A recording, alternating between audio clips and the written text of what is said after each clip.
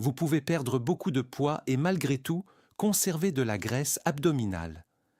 Cela s'explique par le fait que la graisse abdominale ne se trouve pas uniquement sous la peau. Il existe également la graisse viscérale, qui entoure étroitement vos organes internes, notamment l'estomac, le foie et le pancréas. C'est cette graisse qui est à l'origine de nombreuses maladies chroniques qui nous affectent aujourd'hui. La graisse viscérale favorise le diabète, la stéatose hépatique, les maladies cardiovasculaires et même certains cancers. La bonne nouvelle, c'est que même si cette graisse est dangereuse, elle est aussi la plus facile à perdre lorsqu'on sait comment la cibler. Dans cette vidéo, je vais vous montrer la méthode la plus rapide pour cibler spécifiquement la graisse viscérale et la brûler efficacement. Nous allons examiner les meilleurs aliments et boissons à intégrer à votre routine, puis les exercices qui offrent le meilleur rendement pour vos efforts. Commençons par l'alimentation, car ce que vous mangez chaque jour nourrit soit votre graisse viscérale, soit contribue à la réduire. L'une des armes les plus puissantes contre la graisse viscérale est la consommation d'aliments riches en caroténoïdes. Les caroténoïdes sont des pigments naturels présents dans les plantes. Ce sont eux qui donnent leur couleur orange aux carottes, leur couleur rouge aux tomates et leur couleur vert foncé aux épinards. Mais il ne s'agit pas seulement de couleur. Les caroténoïdes sont de puissants antioxydants. C'est important car une grande partie de ce qui favorise la graisse viscérale provient d'un excès d'énergie qui entraîne ensuite de l'inflammation et des perturbations métaboliques. Les caroténoïdes réduisent le stress en neutralisant les radicaux libres, ces molécules instables qui endommagent les cellules. En éliminant les radicaux libres, ils contribuent à stabiliser l'expression de vos gènes. Plus précisément, ils peuvent activer des gènes qui favorisent la combustion des graisses et réduire l'activité de ceux qui encouragent leur stockage. Une étude japonaise randomisée en double aveugle a examiné l'effet de la consommation de caroténoïdes sur la graisse viscérale. Les chercheurs ont constaté qu'après seulement 8 semaines de consommation de légumes riches en caroténoïdes, la graisse viscérale diminuait, notamment dans le groupe consommant davantage de lycopène et moins de lutéine, composé principalement de carottes et de choux. Toutefois, il est important de souligner que tous les groupes ayant consommé des légumes riches en caroténoïdes ont observé une réduction de leur graisse viscérale. Pour intégrer davantage de caroténoïdes à votre alimentation, privilégiez les légumes et fruits colorés, carottes, patates douces, poivrons, épinards, courges et bien d'autres.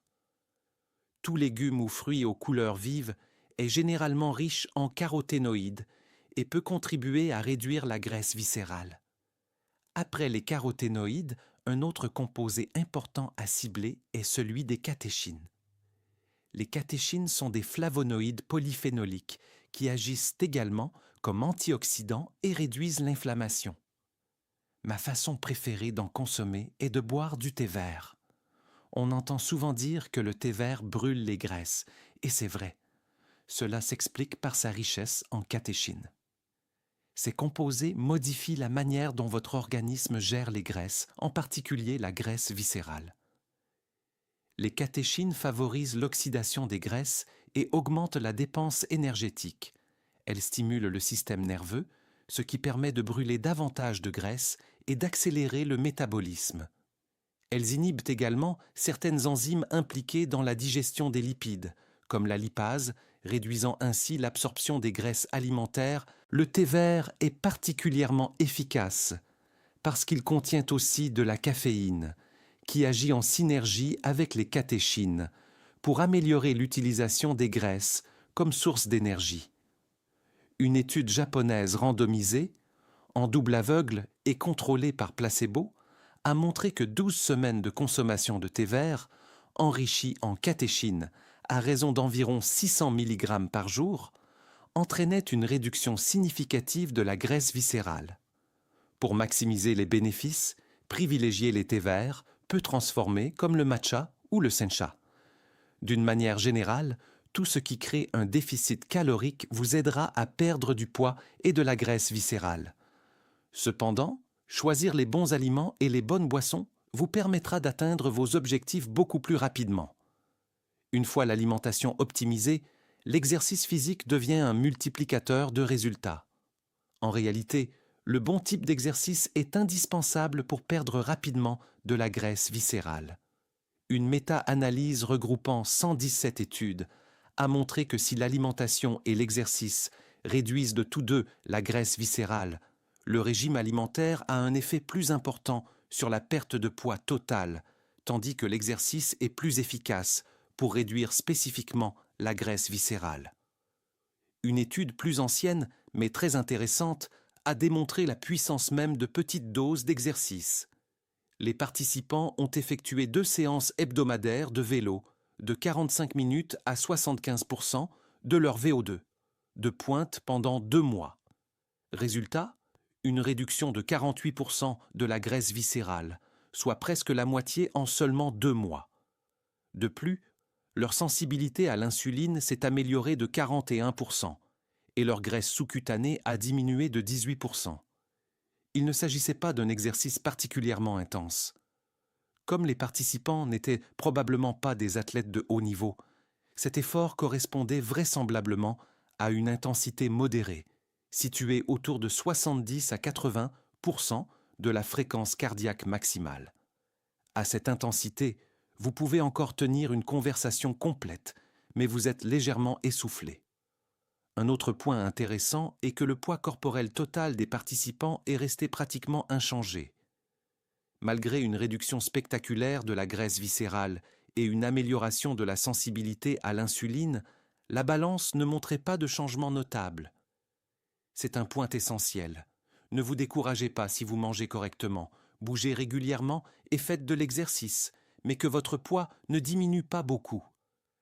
La balance est souvent un mauvais indicateur des progrès, car elle ne reflète pas les changements de composition corporelle, ni la perte de masse grasse. Quel est donc le meilleur type d'exercice pour perdre rapidement la graisse viscérale? Une revue systématique récente portant sur 84 essais randomisés a montré que l'exercice aérobie d'intensité élevée et l'entraînement par intervalle à haute intensité sont les méthodes les plus efficaces. La musculation reste bénéfique, mais elle est les moins efficaces lorsqu'on s'intéresse spécifiquement à la réduction de la graisse viscérale. Cela ne signifie pas qu'il faut abandonner la musculation. Au contraire, elle est indispensable pour préserver la masse musculaire, soutenir le métabolisme et maintenir une bonne santé générale. Cependant, si votre objectif principal est de réduire rapidement votre graisse viscérale au cours des prochains mois, il est probablement préférable d'augmenter votre volume de cardio. Entre le HIIT et l'exercice aérobie classique, les différences d'efficacité sont faibles. Les études comparatives montrent que les deux approches donnent des résultats similaires, sans différence statistiquement significative chez les adultes. Certaines données suggèrent que la course à pied pourrait être légèrement plus efficace que le vélo dans les protocoles cheatés et que le cheat pourrait être plus avantageux chez les enfants et les jeunes adultes de moins de 24 ans. Mais ces différences restent encore minimes. En pratique, peu importe que vous choisissiez le cheaté, le cardio traditionnel, la course, le vélo, l'aviron ou même la danse. Le meilleur exercice est celui que vous êtes capable de pratiquer régulièrement. La régularité l'emporte toujours sur le programme parfait. Un protocole HIIT, idéal, mais que vous détestez et ne faites que 2 fois par mois, sera toujours moins efficace qu'une activité que vous aimez et pratiquez plusieurs fois par semaine. Selon les études, le protocole idéal consiste à effectuer au moins 2 à 3 séances hebdomadaires de 45 minutes ou plus, à une intensité modérée à élevée, correspondant à environ 70 à 80% de votre capacité maximale. Si vous ne mesurez pas votre fréquence cardiaque, utilisez le test de la parole. Une activité est d'intensité modérée si vous pouvez parler en phrases complètes tout en étant légèrement essoufflé. Elle a assez d'intensité élevée si vous ne pouvez prononcer que quelques mots avant de devoir reprendre votre souffle.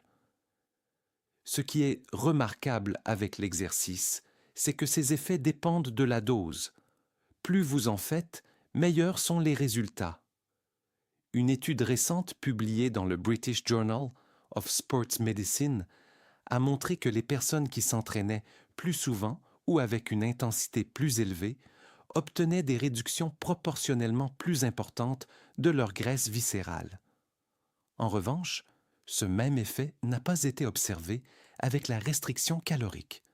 Autrement dit, il existe une limite au bénéfice d'une réduction supplémentaire des calories. Vous n'avez donc pas besoin de vous affamer pour perdre votre graisse abdominale. Au contraire, assurez-vous de consommer suffisamment de calories tout en maintenant un léger déficit calorique, puis augmentez progressivement votre niveau d'activité physique si vous souhaitez accélérer la perte de graisse viscérale. J'espère que ces informations vous auront été utiles. Prenez soin de votre santé et à bientôt dans une prochaine vidéo.